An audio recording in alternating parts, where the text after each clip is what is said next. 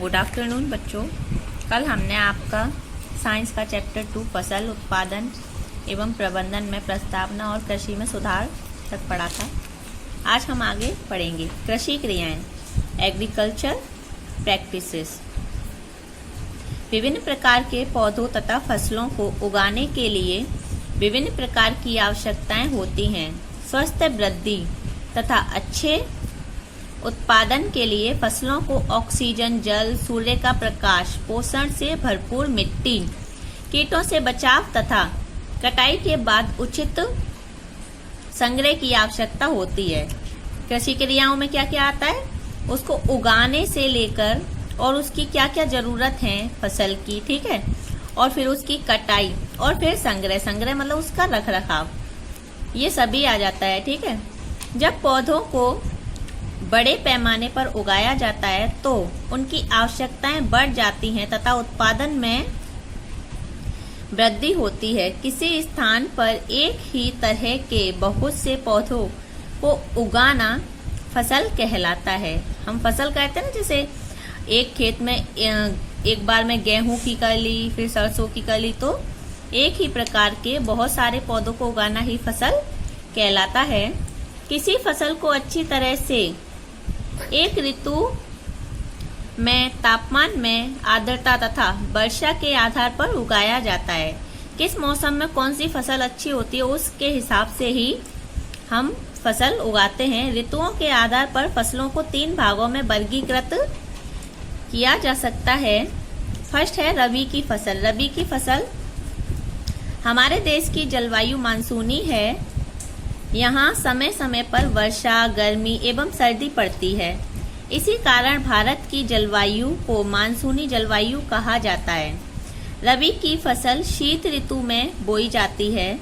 शीत ऋतु में, ठीक है, सर्दियों में इसमें गेहूं, चना, मटर, सरसों तथा अलसी आदि की पैदावार की जाती है। रबी की फसल में क्या क्या आता है, गेहूं, चना, मटर, सरसों तथा अलसी, इन फसलों को क्या कहते हैं, रबी की फसल, जो कि शीत ऋतु में सर्दियों में उगाई जाती है, ठीक है। इन फसलों को उगाने के लिए कम वर्षा तथा ताप की आवश्यकता पड़ती है। सेकंड है आपकी खरीफ की फसल। खरीफ की फसल, इस फसल को वर्षा ऋतु में बोया जाता है। खरीफ की फसल कब बोई जाती है, वर्षा ऋतु में। और इसमें कौन कौन सी फसल आती है, जैसे धान, मक्का, सोयाबीन, मूंगफली तथा कपास आदि इसी फसल में उगाए जाते हैं। इन पौधों के लिए अत्यधिक वर्षा की आवश्यकता होती है। धान एक ऐसा पौधा है जिसके लिए जल की अधिक आवश्यकता होती है।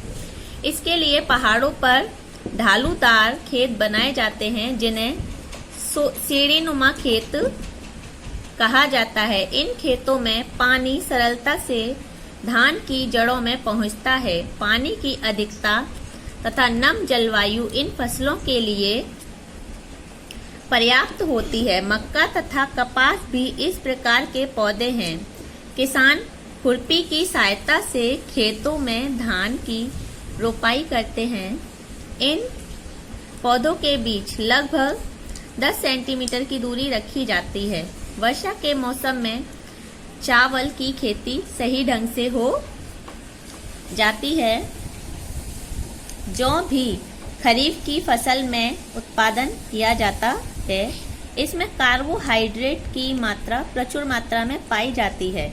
दालें प्रोटीन का मुख्य आधार है।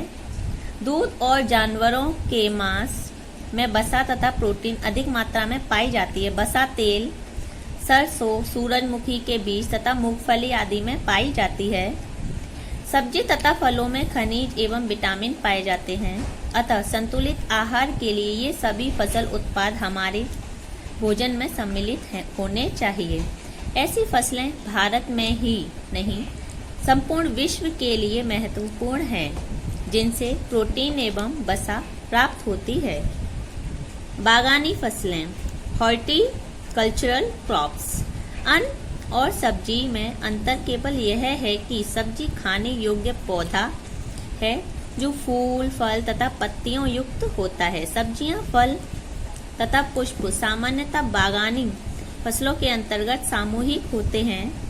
हमारे देश में कुछ सब्जियां, फल, सजावट वाले पौधे और फूल इस श्रेणी में आते हैं। ठीक है, आज यहीं तक।